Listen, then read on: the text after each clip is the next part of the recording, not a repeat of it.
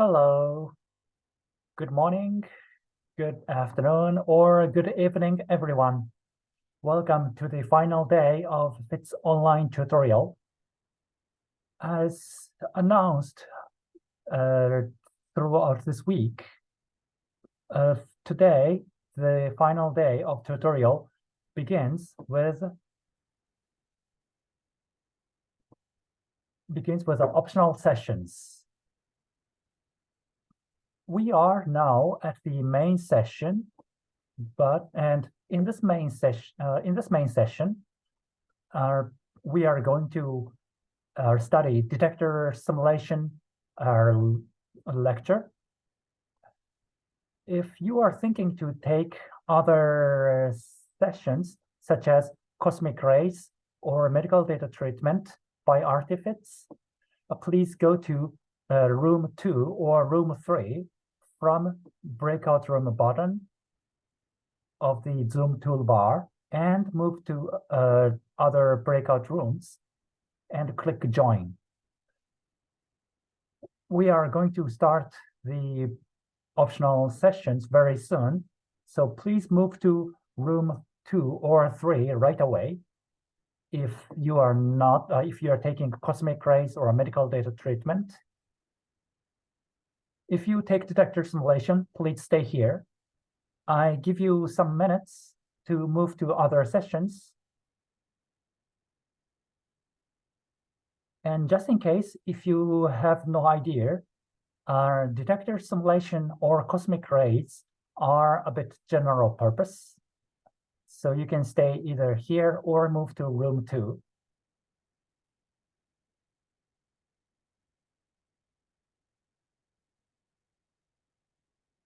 If something unclear about the organization of optional sessions, please write a Zoom chat.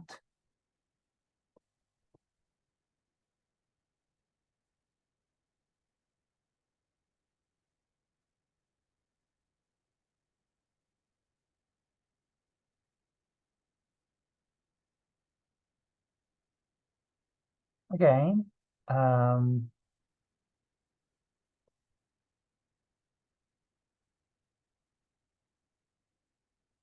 please be sure that we are going to begin with the optional sessions.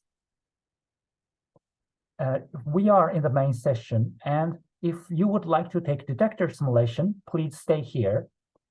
If you would like to take other sessions, either cosmic rays or medical data treatment by artifacts, please move to room 2 or 3.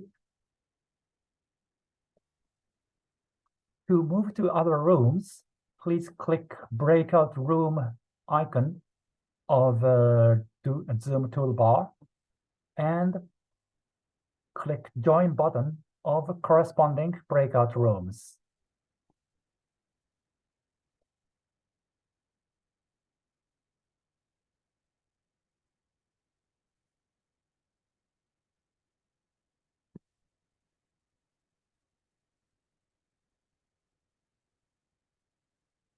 Just in case, I give you another minute to move to other breakout sessions. We are now in the main session. By staying in this main session, you will be joining detector simulation session.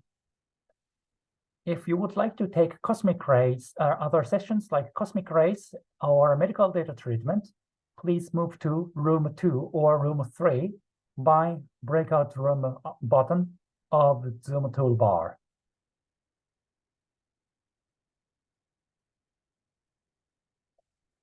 Is it clear? Is everyone okay with that? In 30 seconds, we will be starting detector simulation optional session. Thank you. Thank you for response.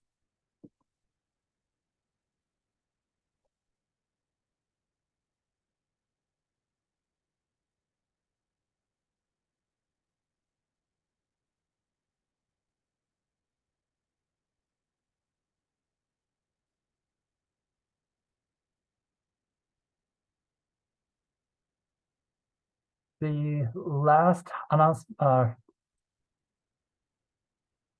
one more announcement. We are going to begin with an optional session.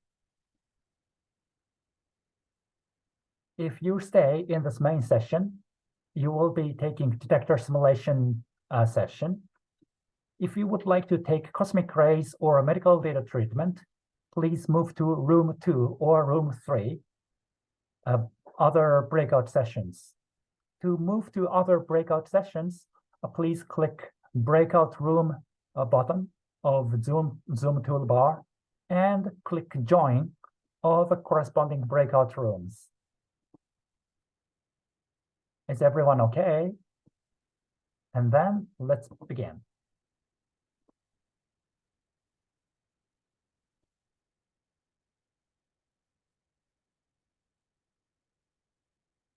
I'm very glad to have you in this detector response simulation session.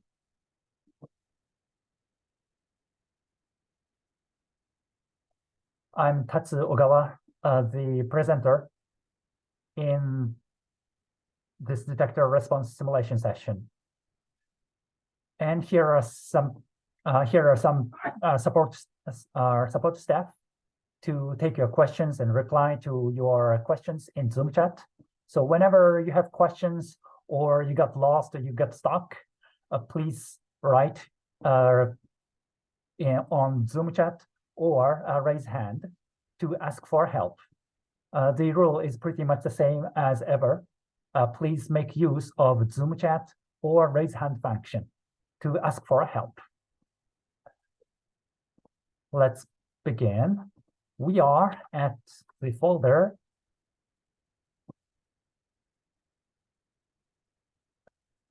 FITS Lecture Advanced Detector. We are here at FITS Lecture Advanced Detector folder. And this is the folder where you can find the lecture materials of detector response simulation exercise. This is actually one of the latest materials. Thanks to the questionnaire of FIT's online tutorials, a lot of our participants requested exercise material for practical detector simulation. And this is what we made as a response to such requests. This is very practical, hands-on to study how we can build our detector simulation input files and how we interpret the output files. And also, I will be telling you how you can use some advanced functions such as a coincidence detector function and detector energy resolution functions, which are very specific functions dedicated to detector response calculation. So, just in case, if you are thinking to take other lectures like medical data treatment or cosmic ray, please move to other sessions. We are a detector response simulation session. Let's begin.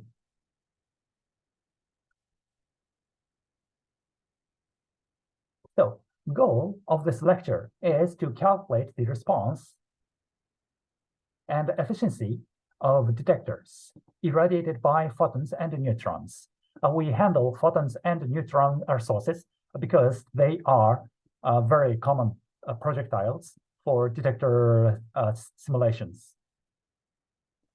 For example, you can get to the pulse height distribution of a detector pair exposed to a cobalt-60 gamma rays. As you know, cobalt-60 emits 2 gamma rays in coincidence. And the idea behind this is to use coincidence detector pair to detect gamma rays in coincidence or in anti-coincidence. Another example of our output files in this exercise is a pulse height distribution of organic scintillator signals induced by neutrons. So in this case, in contrast to gamma radiation, we use organic scintillator, which is sensitive to neutrons. And the idea is to detect neutrons, taking into account for certain energy resolution and distinguish the contribution of different particles depositing energy to the detector so that we can get insight into the energy deposition phenomena associated with a detector pulse height distribution in this way. And this is something we can do only in simulation. In reality, what we see is just a total sum of energy deposition. By making use of Monte Carlo simulation like FITS, we can get such insight. And this is what we learn in this in this lecture.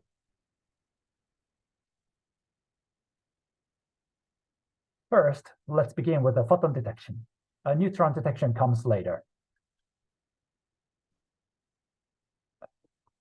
To work on actual hands-ons, please go to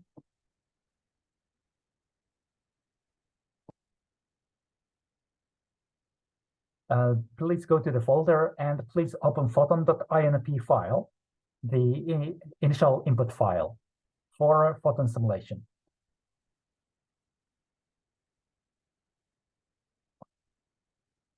Please open photon.inp.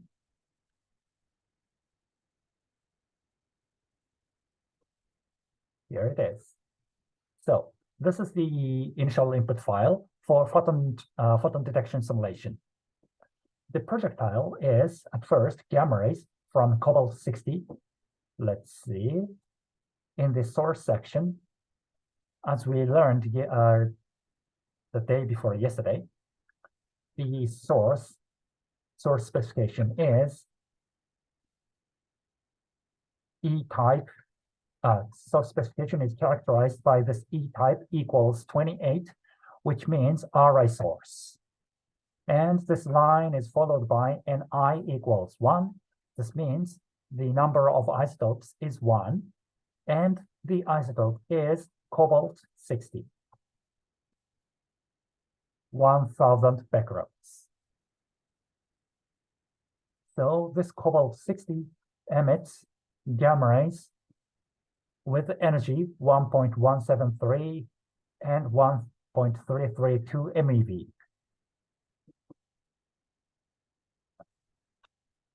And then to see the geometry is written in cell section and surface section in this way. But why don't we see the geometry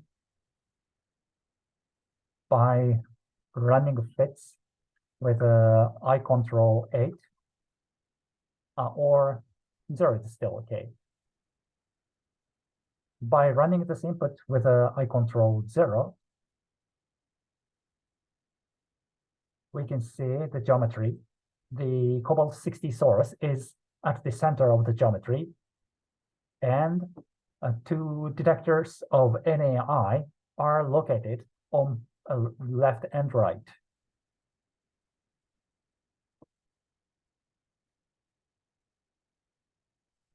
And in this input file, we see two detectors, two tallies. One is T-track from line number 44. The other is T-deposit.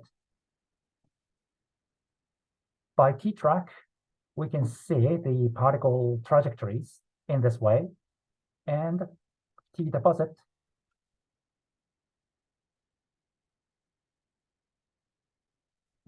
tally scores energy deposition in the detectors. To be precise, not in detectors, but in detector 1, region 1, the left NAI detector. And this is the pulse height distribution detected by the left NAI detector. This is the starting point. A very important thing to mention at first is when you study detector response, in particular, when you would like to calculate pulse height distribution, please use T-deposit with output equals deposit. This configuration is necessary to score the variance of deposition energies in each history. There's actually output equals dose, and this is an option to calculate absorbed dose, which is the average of energy deposition over histories. This time, as we want pulse height distribution from NAI detector, NAI spectrometer, what we want is output equals deposit.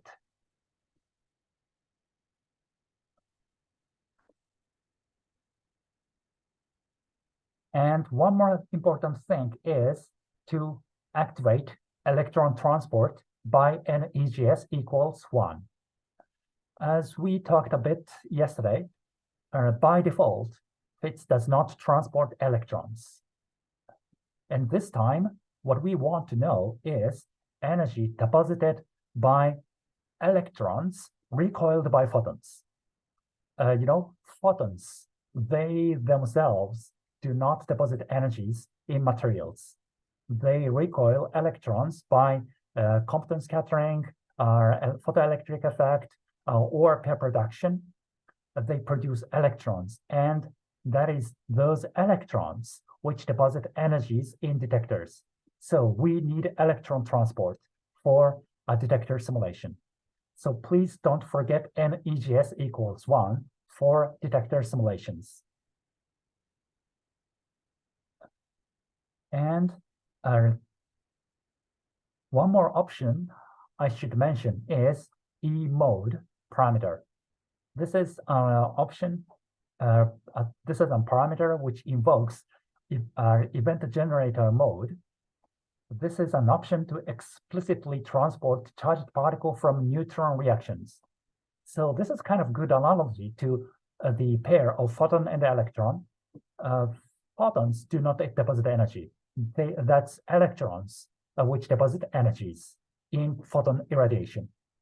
when it comes to neutron irradiation, that is again not neutrons which deposit energies, but that is protons or nuclei recoiled by neutrons, which deposit energies in detectors. So we need to take into account for charged particles produced by neutron reactions. And E mode equal 2 is the option which activates this functionality. So E mode 2 is, in a sense, a neutron version of an EGS parameter. And in any case, to study detector response, please don't forget N EGS equals 1 and E mode equals 2.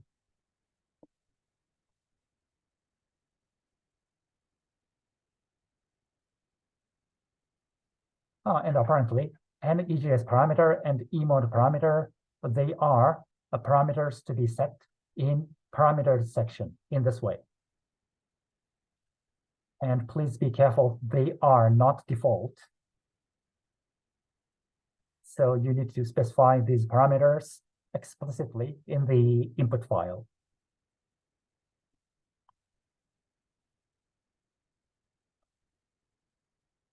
And one more thing I should explain is how to interpret the results of T-deposit. If it were dose calculation by Kermer approximation, the understanding is very easy. What you get from the output is a gray per source or MeV per cubic centimeter per source. Anyways, what you get is the absorbed dose. But this time, what we see in the output of T-deposit is the deposited energy distribution. So the horizontal axis, the amount of deposited energy corresponds to a pulse height in multi-channel analyzer in actual detection. When you use detectors, in particular when you perform spectrometry, you connect your detector to a multi-channel analyzer to store pulse height distribution. And this vertical axis corresponds to the pulse height stored in a multi-channel analyzer. And apparently, the vertical axis is the number of counts, usually count per second or total count. And in this pulse height distribution, there are some clear features. The two sharp peaks correspond to full absorption peaks of 1.173 and 1.332 MeV photons. These peaks correspond to events in which these photons were 100% absorbed in NAI detector. And we see Compton edges of these two photons. We can actually see something like shoulders here and there.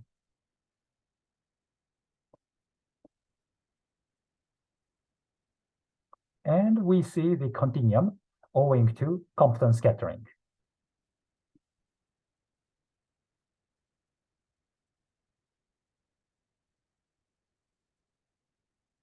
Let's go on to exercise number 1. As we have understood the meaning of this pulse height distribution, let's change this input file to consider energy resolution. As you might know, detectors have their inherent detector resolution coming from the physical chemical properties of the detectors and our electronic pulse signal processing. So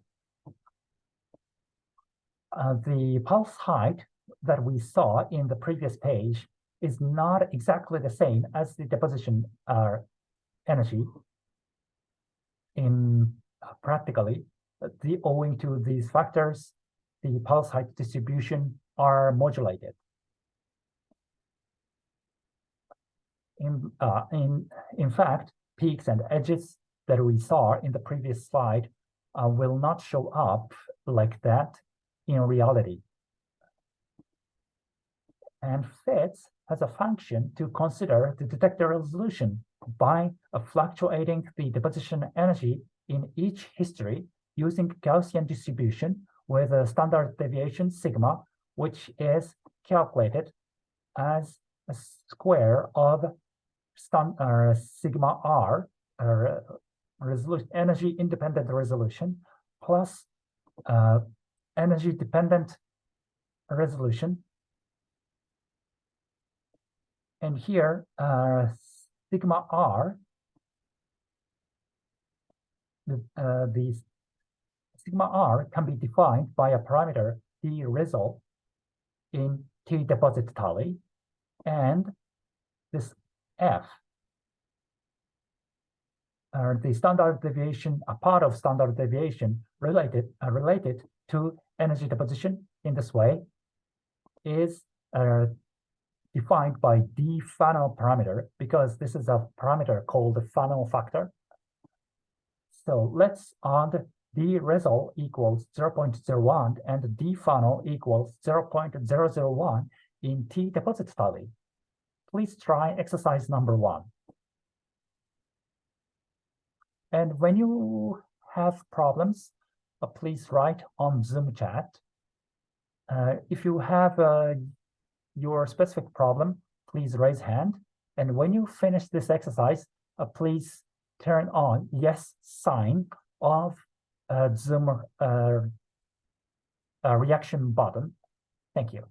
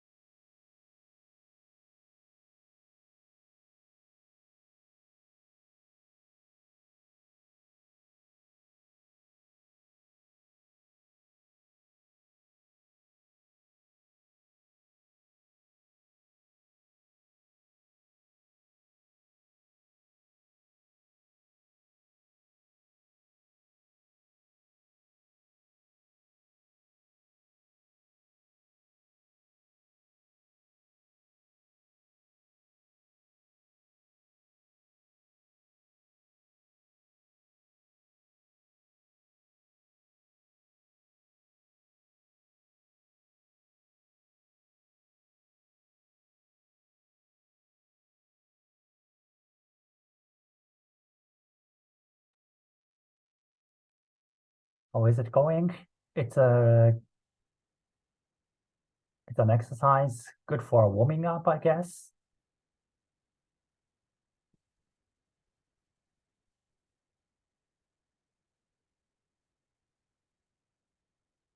All right, now it's time for answer. Exercise number 1 is an exercise to consider pulse broadening. And what we do for exercise number 1 is to add D-resol and D-funnel in T-deposit tally. T-deposit tally starts at line number 68. So let's add D-resol equals 0.01 and D-funnel equals 0.001.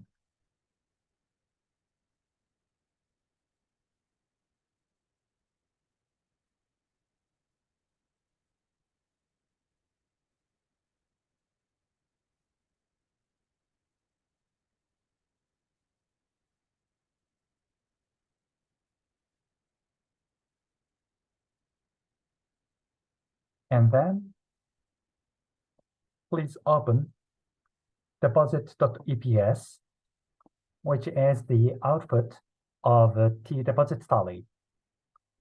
We can see that the peaks have been broadened, taking into account for energy resolution, determined by D-resol and D-funnel.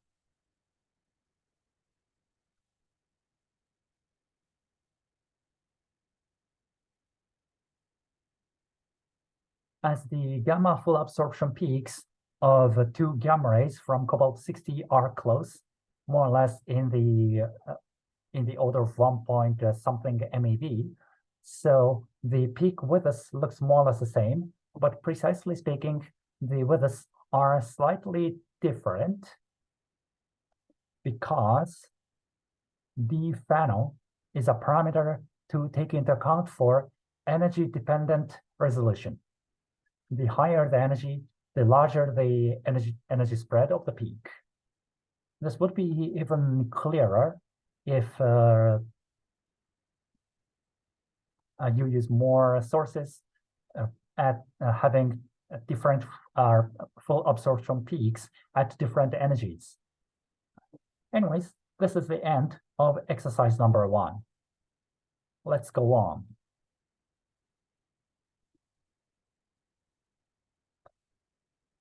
Exercise number 2 is an exercise to increase or decrease the detector resolution by changing D-funnel parameter.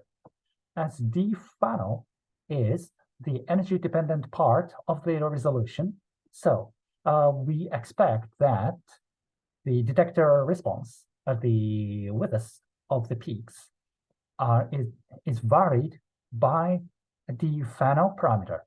So please try a small D funnel or large D funnel in this way.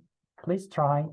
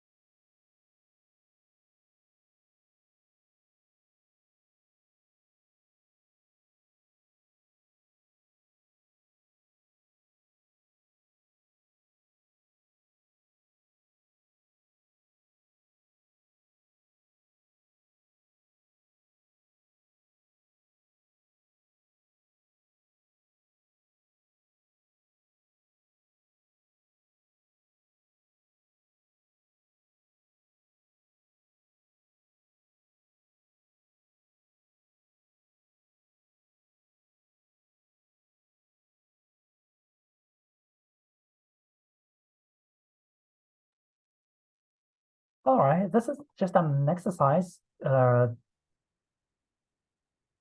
try different parameters. So let me try in front of you. So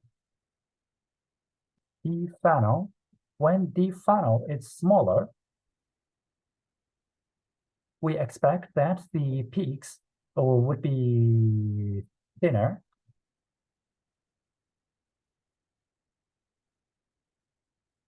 Sorry, this time I made D funnel larger.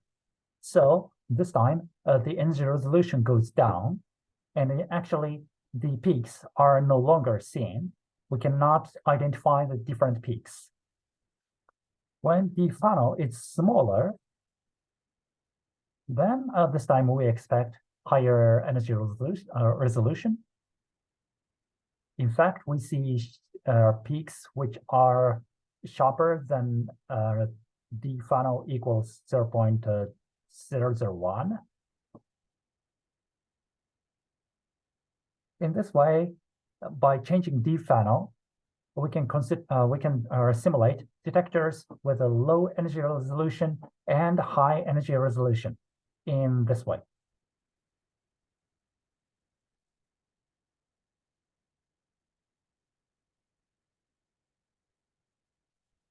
So without D funnel and D result, the spectral distribution will be like sharp peaks like this, and that. And when D result is 0.01, the peaks are broadened by Gaussian in this way. And here, if you use D result, the spread is uniform everywhere because D result is responsible for energy independent part of detector resolution. D funnel, on the other hand, is the factor responsible for energy dependent detector resolution. So at the lower energies, the spread is thinner, but at higher energies, the spread gets bigger in this way. And the detector physics has clarified that D result, the energy independent part of energy resolution, is very small. You can assume it to be something very close to zero. It is usually D funnel which is responsible for detector energy resolution.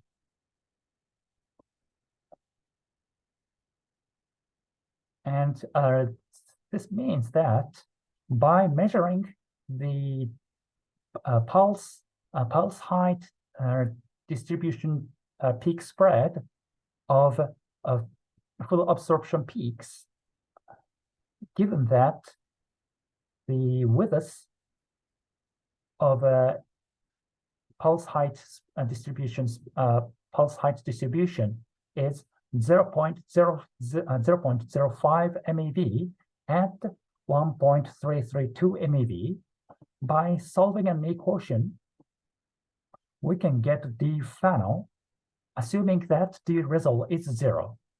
So we can get D funnel by measuring actual spread of detector full absorption peaks.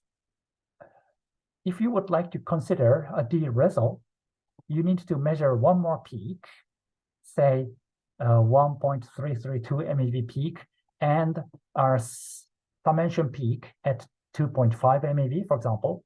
And by solving two equations, you can get D result and D funnel as the solution of equations. In this way, we usually detector simulation experts determines a D funnel and a D result by solving equations based on actual measurements. Then let's go on to the next exercise and correlate and And to try the next exercise, we need correlated sources. Cobalt-60 is very famous Ri source, and a great majority of cobalt-60 first decays to unexcited state with an energy to about 2.5 MeV. From this state, nickel-60 excited state gets de-excited to first excited state here by emitting gamma ray of 1173 keV. And then this nickel-60 again emits another gamma ray with energy 1332 keV gamma rays. And the half-life of this excited state is 0.713 picosecond, which is almost nothing from the viewpoint of detectors. Usually, detector times, the time resolution of spectrometers are in the order of some microseconds, or even or some hundreds of nanoseconds at most. So picosecond is nothing for detectors. In other words, from the viewpoint of detectors, the gamma emission of these two steps happen in coincidence. And what happens due to this coincidence emission is a sum peak. From time to time, detectors whose time resolution is slower than the half-life of this state, they detect two gamma rays in coincidence, and the detector thinks that 2.5 MeV of kinetic energy was deposited inside the detector crystal without having the details of two gamma rays. To perform simulation taking into account for such coincidence effects, we need to set up the input file to generate two radiations at once as the source of one history. And correlated source function is what we need for this setup.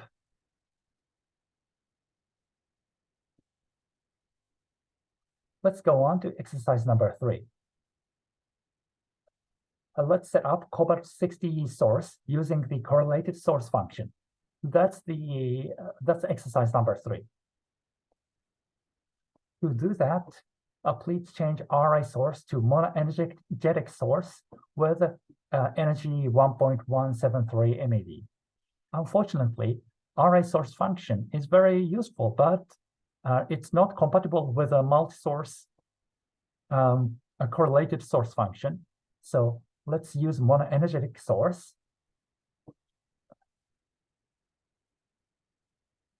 And copy and paste the multi-source and change the energy to 1.332 MeV. This is the gamma ray source of another peak, the other peak of cobalt-60. And this is the parameter specialized for correlated sources. Change ISCORR from 0 to 1. ISCORR equals 0 means independent multi-source. This is the standard setting. But if you change ISCORR to 1, then FITS takes the two sources as correlated sources. Please change .fact to reproduce 1,000 becquerels, which is 2,000 photons per second. And please change dfunnel to be 0.001. And let's find the sum peak around 2.5 MeV. Please try exercise number 3.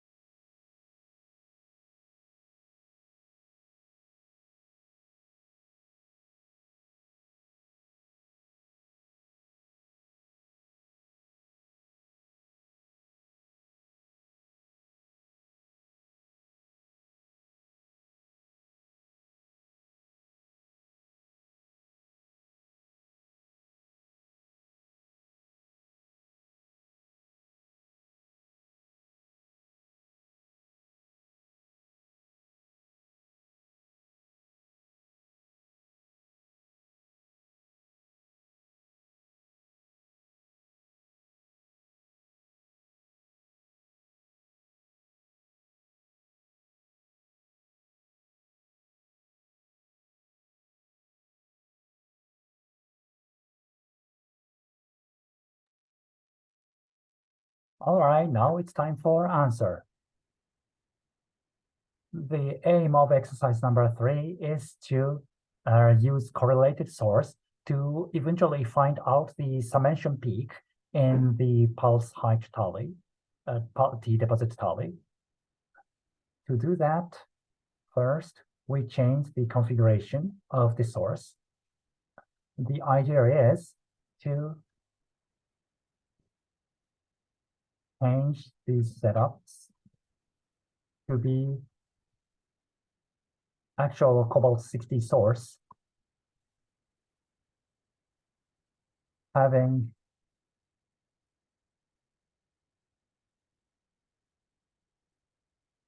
gamma ray correlated emission.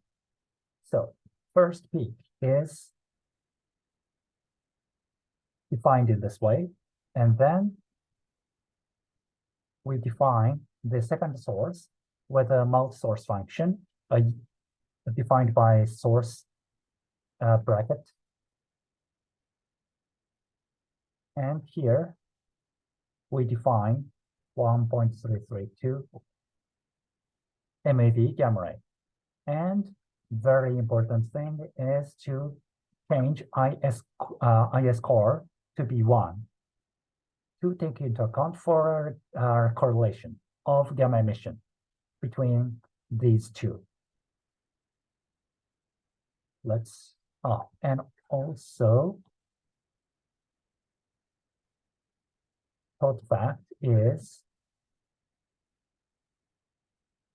2000.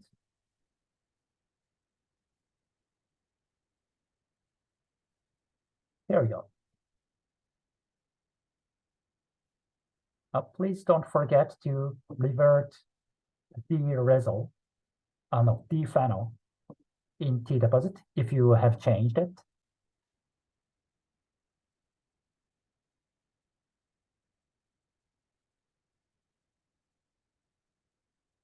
In this way,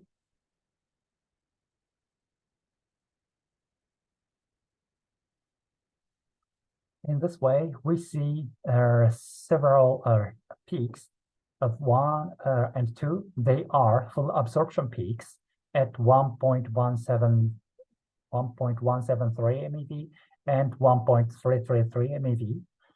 In addition to these two, we see another peak here on the right. This is sum up peak at 2.505 MeV. In this way, by using correlated sources, we can take into account for summation effect or some effects, including summation peak, like here. On this note, sometimes it's important to consider coincidence events. In other words, the detection events happen in coincidence between 2 or more detectors. For example, in such detections, pulse heights in detector pairs are measured in coincidence to identify particle species. This plot is a typical example of a detector telescope to identify particle species. We detect particles by a pair of detectors, a thin one and thick one. The first one somehow detects the DEDX, the energy deposition in thin layer, and the second detector scores total kinetic energy of the particle. Eventually, neutrons, protons, deuterons, alphas, and other ions appear as strings, belts on the response plot of detector output 1 and detector output 2, which corresponds to a horizontal axis and a vertical axis in this plot.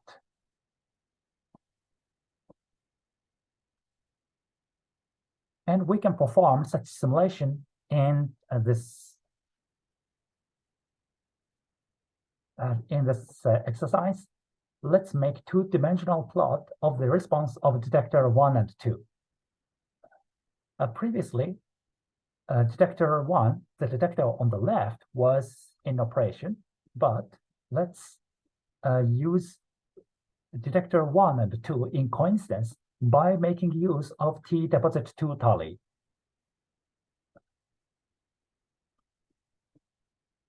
To use this T-deposit2, please delete off. Everything else has been defined already, so you can use as they are. So please try deleting off and run this input file. And please have a look at the output file, which appears as EPS file. So please try exercise number 4.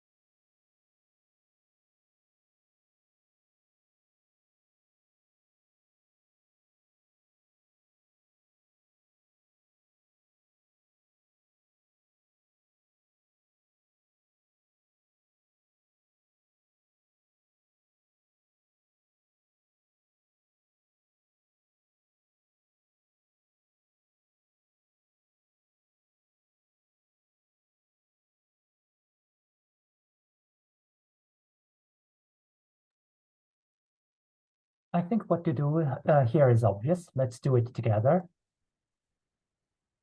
So exercise number 4 is an exercise to use T-deposit2 by deleting off. After deleting OFF, let's run this input file.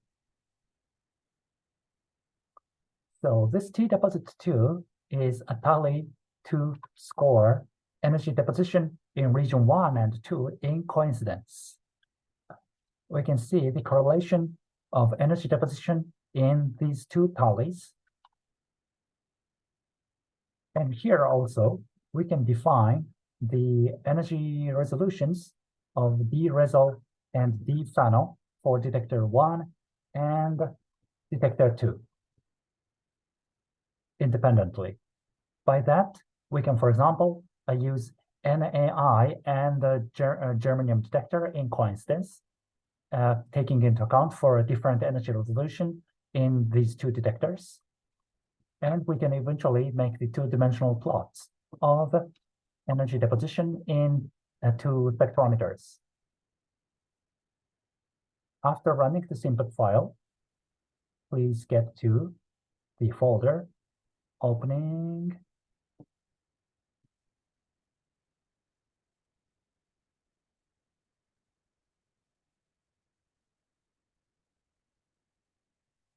deposit2.eps.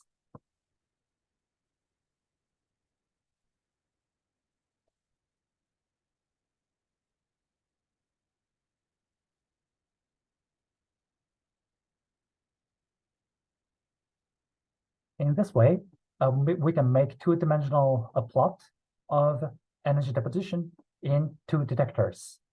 And owing to the correlated source function, we see pulse height up to about 2.5 MeV on both dimensions, owing to events in which two gamma rays hit the same detector.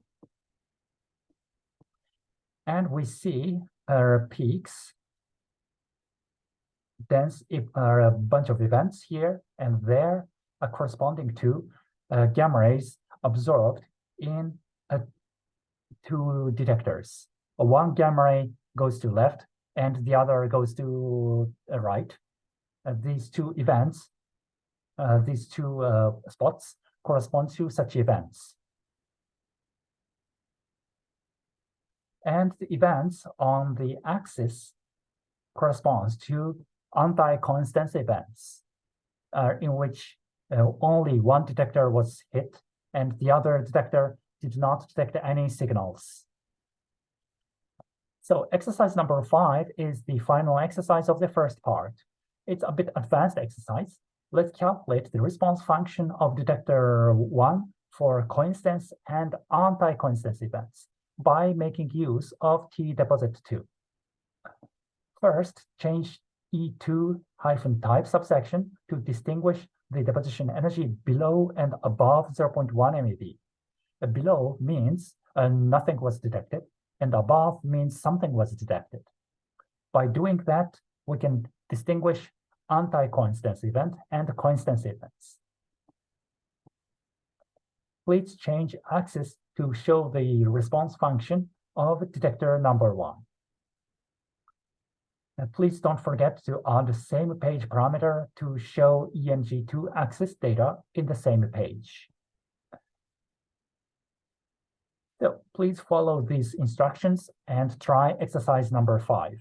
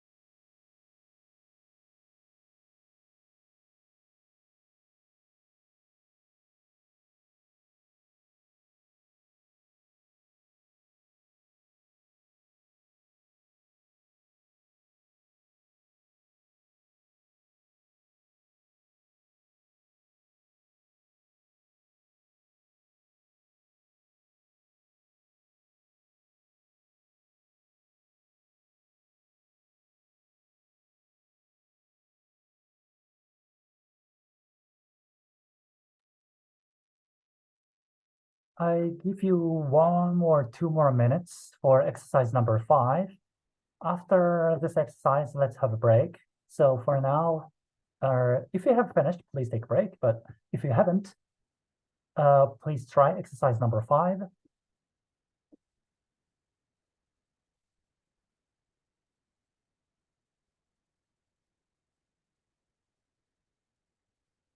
Let's take 1 more minute.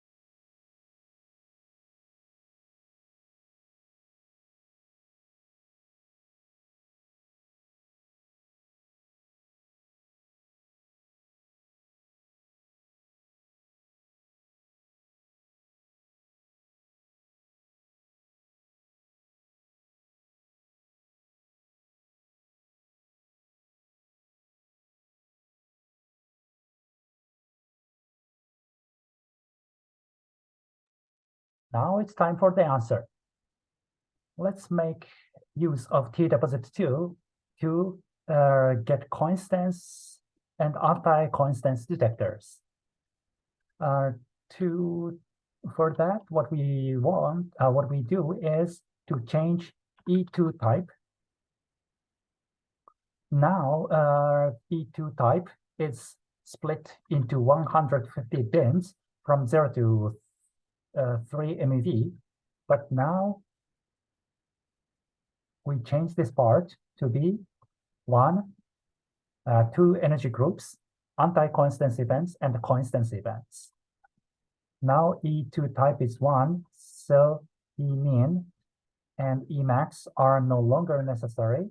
Instead, we define 0, 0.1, and 3.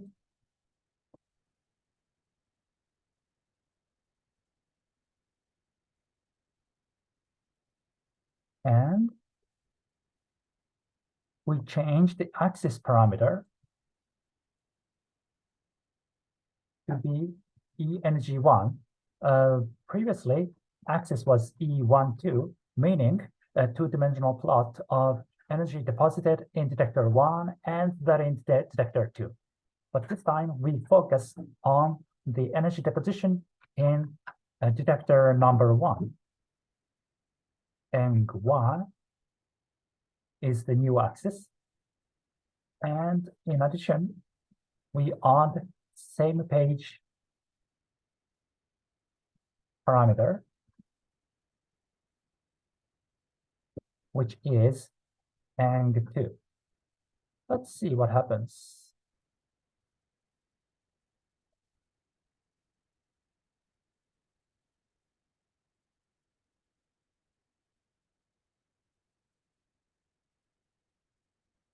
So in the current input file, the axis is ang1, which means the energy deposited in detector number 1. So this horizontal axis is energy deposited in detector number 1, and we see 2 peaks, 2 plots. One for E minimum is 0, and the other is the one corresponding to energy minimum 0.1. So this black one corresponds to anti-coincidence events in which energy deposited in detector number 2 is from 0 to 0.1. So almost nothing is deposited in detector number 2. And this red is corresponds to events in which energies more than 0.1 MeV is deposited. In this way, we can plot energy deposition distribution in one of the detectors corresponding to anti-coincidence events and coincidence events. This is the answer of exercise number 5. Before going to neutron detection, let's have 10 minutes. Okay, 10 minutes break.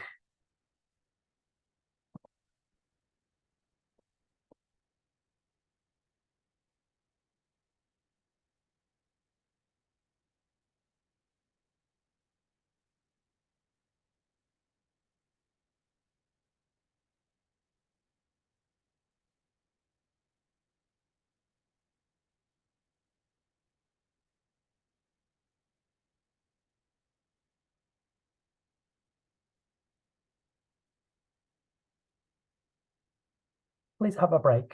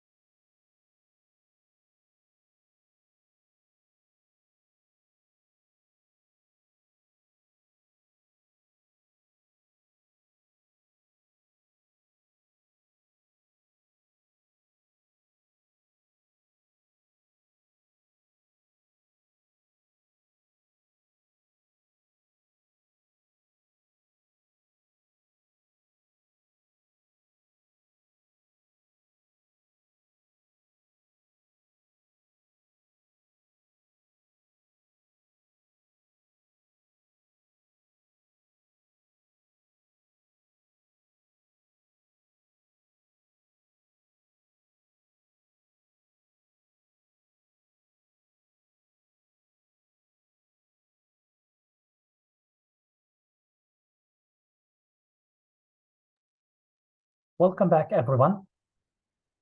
Let's get back to the second half of this lecture, which is about neutron detection.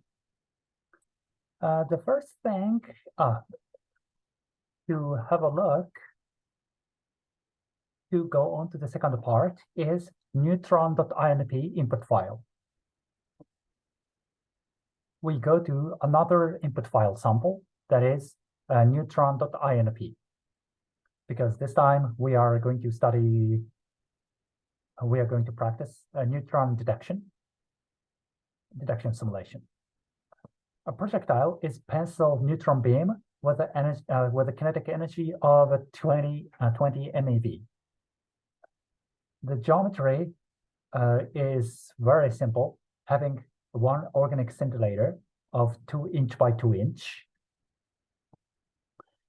Two tallies are a T-track to tally fluence distribution like this, and T-deposit to calculate energy deposition in region number 1, this organic scintillator.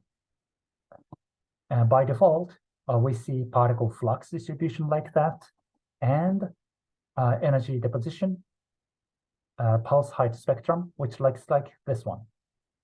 We can modulate these peaks by D-resol and D-funnel, because D-resol and D-funnel does not look at particle species.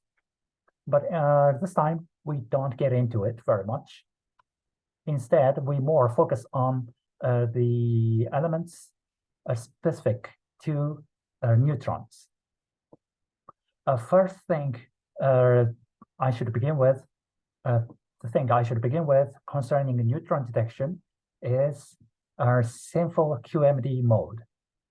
For calculating the response of organic scintillators to neutrons, a simple mode is very much encouraged to use its precise cross-section database for NC reactions up to 150 MeV. Organic scintillators detect neutrons by the interaction of neutrons and hydrogen, as well as neutrons and carbon. The interaction of neutrons and hydrogen is very straightforward, because this is just like a billiard type reaction, recoiling a proton by the impulse of a neutron. But the reaction of a neutron and carbon involves various reaction channels. For example, breakup of carbon into 3 alphas, and such reaction mechanism is not very well simulated by the default FITS cross-section database. That's why we use simple mode, which has a precise neutron-carbon reaction cross-section up to 150 MeV.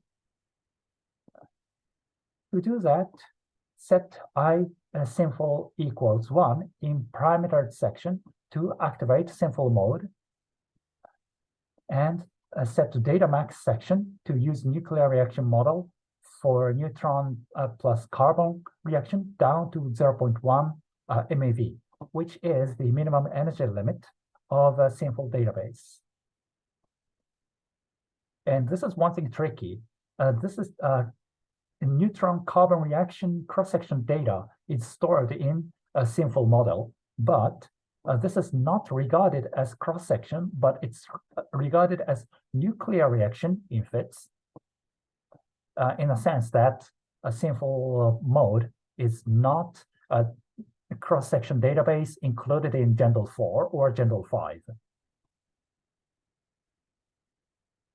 And we need to recompile FITS coupled with a user-defined tally in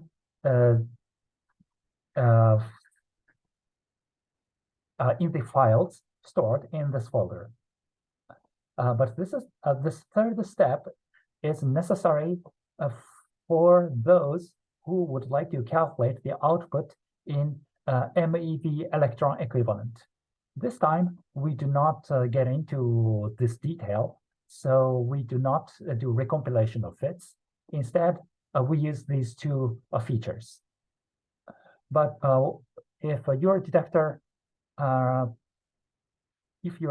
output is in the unit of MeV electron equivalent, it would be convenient to do this third step. So let's try exercise number 1. It's an exercise to find the mechanism responsible for the peaks in the deposition energy distribution. In other words, we are going to sort out particle contributions to deposition energy by adding a proton, deuteron, alpha, carbon in part parameter in T deposit. Initially, this input file defines neutron source, and this neutron source strikes the detector, and T deposit scores energy deposition distribution in this detector in this way. But by that, we will never know why these peaks are present in this distribution. It would be curious to distinguish the contribution of these particles to know what is happening behind these peaks. Actually, the origin of these peaks are not at all different, not at all the same. So let's try exercise number 1. Please insert part parameter in T deposit.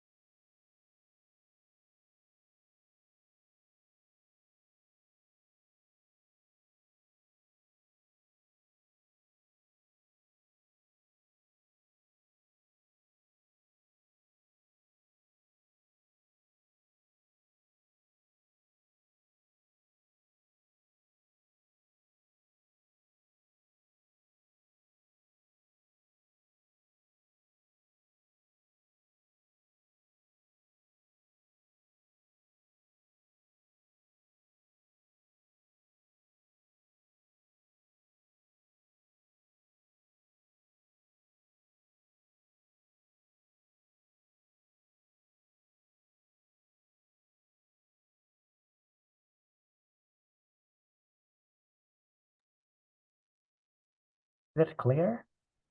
Probably doing this exercise isn't difficult, probably the interpretation of the result is a bit tricky. So let me explain.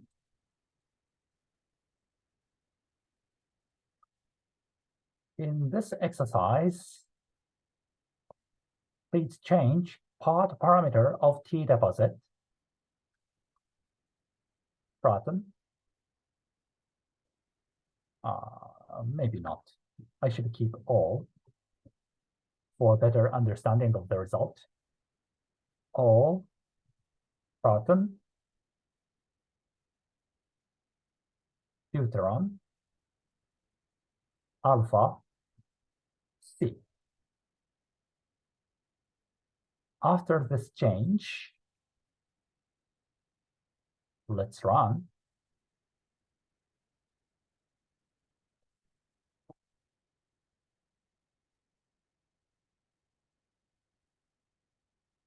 And please open deposit n.eps. This is the output file of deposit n.out.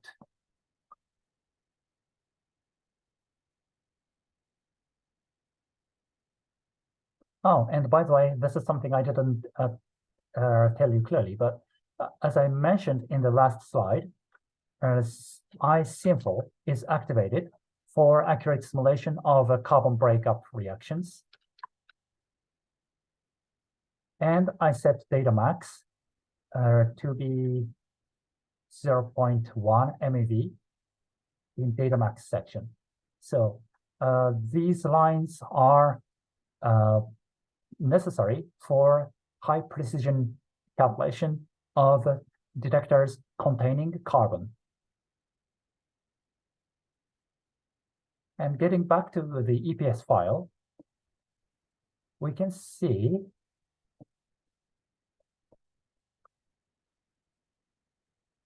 the energy deposition attributed to various particles. Black is what we saw at the very beginning. It's total energy deposition. And red is proton energy distribution. So the full energy absorption peak at about 20 MeV is attributed to protons. And clearly, these two 20 MeV protons are produced by elastic scattering of neutron and hydrogen. The kinetic energy of 20 MeV was transferred to proton by 100% in a way like billiard balls. And then the kinetic energy given to proton, 20 MeV, is dissipated inside the detector. So this is the origin of 20 MeV full absorption peak here. It is clear. Then going to the peak at about 14 to 15 MeV. In this peak, the contribution of proton and alpha is about 50-50. What this means is that this peak is attributed to a reaction in which proton and alpha, one proton and one alpha were created, and these two particles deposit 7 MeV each to finally form a peak at about 14 MeV. So this is most likely an P-alpha reaction. And then going down to 6 MeV, this 6 MeV peak is 80% attributed to deuteron. And the remainder of the kinetic energy is, which is about 20%, is by a proton, red line. In this case, it is most likely an PD reaction producing one proton and one deuteron. And the reason why this peak is much lower is due to the Q value of the reaction. This plot indicates that NPD reaction of carbon is energy absorbing reaction whose Q value is about 14 MeV. So the difference of the energy from 20 MeV was observed as Q value. Eventually, we see a peak at about 6 MeV. In this way, we can get insight into the reaction behind this energy deposition spectrum.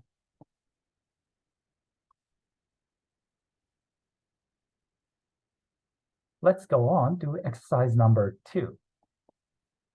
This is an exercise to calculate the efficiency of detector given the detector threshold is 1 MeV.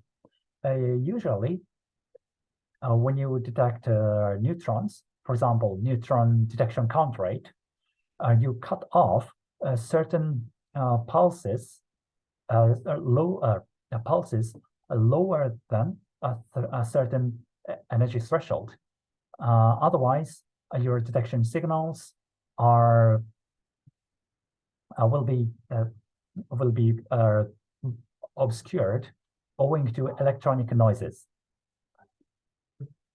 So to do that, we are going to calculate practically number of radiations depositing energy more than the threshold, which is 1 MeV, divided by the number of radiations incident to the detector, which is integral number of deposition energy distribution above the threshold per source. To do that, please change E-type in T deposit to make single energy bin from 1 to 10 to 8 MeV, anyway, large value. This time, we don't care about the energy spectrum, energy deposition spectrum. Instead, we are going to calculate the efficiency, scalar quantity. And the scalar quantity is the number of detection events regardless of the energy deposition. That's why we are going to have only one energy bin. And let's check the numerical value which appears in deposit and out. Please try this exercise as the final exercise of this lecture. Please try.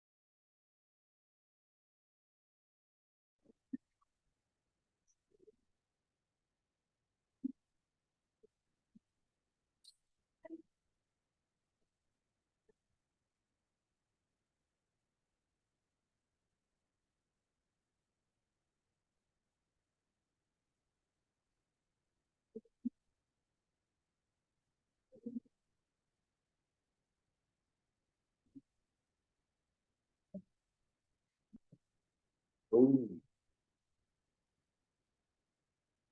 good.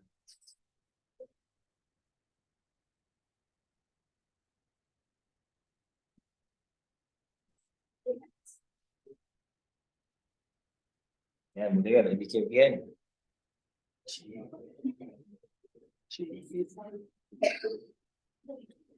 Alright, good. So, tengok dulu. Mana? So, bagus lah. What?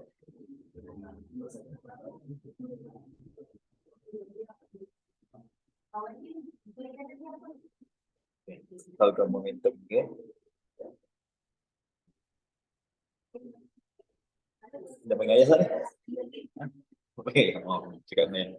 Ya, saya benar. Ada pen tak? Ha? Mana?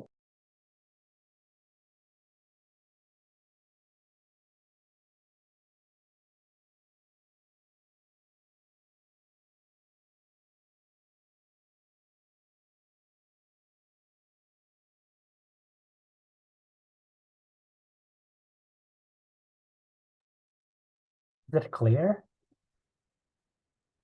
Now it's time for answer. In this exercise, we modify T deposit.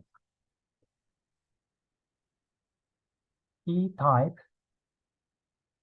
is 2, and energy access is split into 210 energy bins from 0 to 21 MeV, but this time we want to know the number of signals from 1 to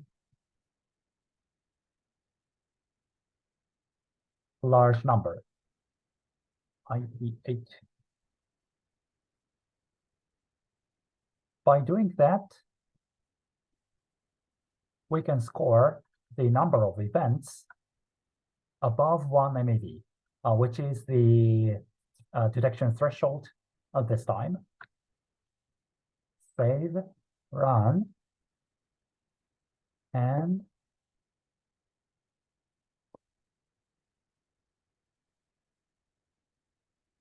opening deposit and out, we can find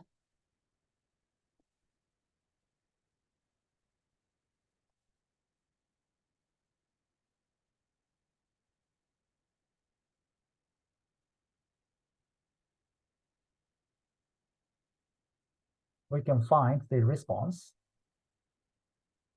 I accidentally forgot to delete protons, deuterons, alpha, etc. But this time, all is enough. And here we see, we find 0.30173, which is the number of events per source particle.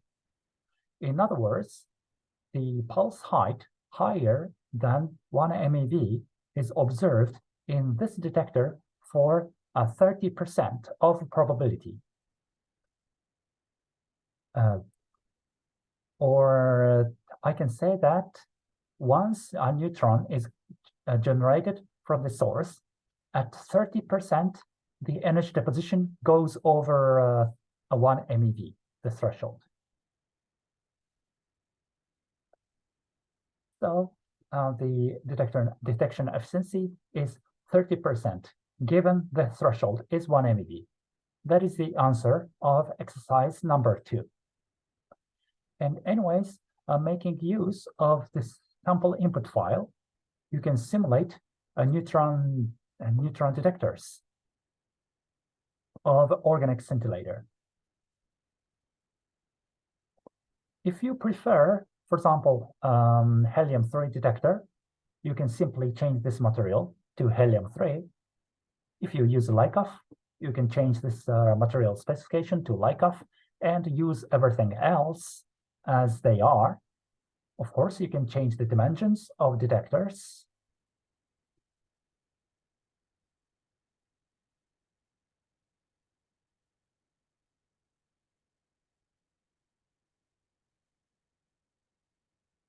So throughout this lecture, we learned T deposit with output equals deposit is used for detector response simulation. This is the configuration necessary to get pulse height distribution. A use of EGS mode and EGS equals 1 and the use of event generator mode activated by E mode equals 2 are indispensable for such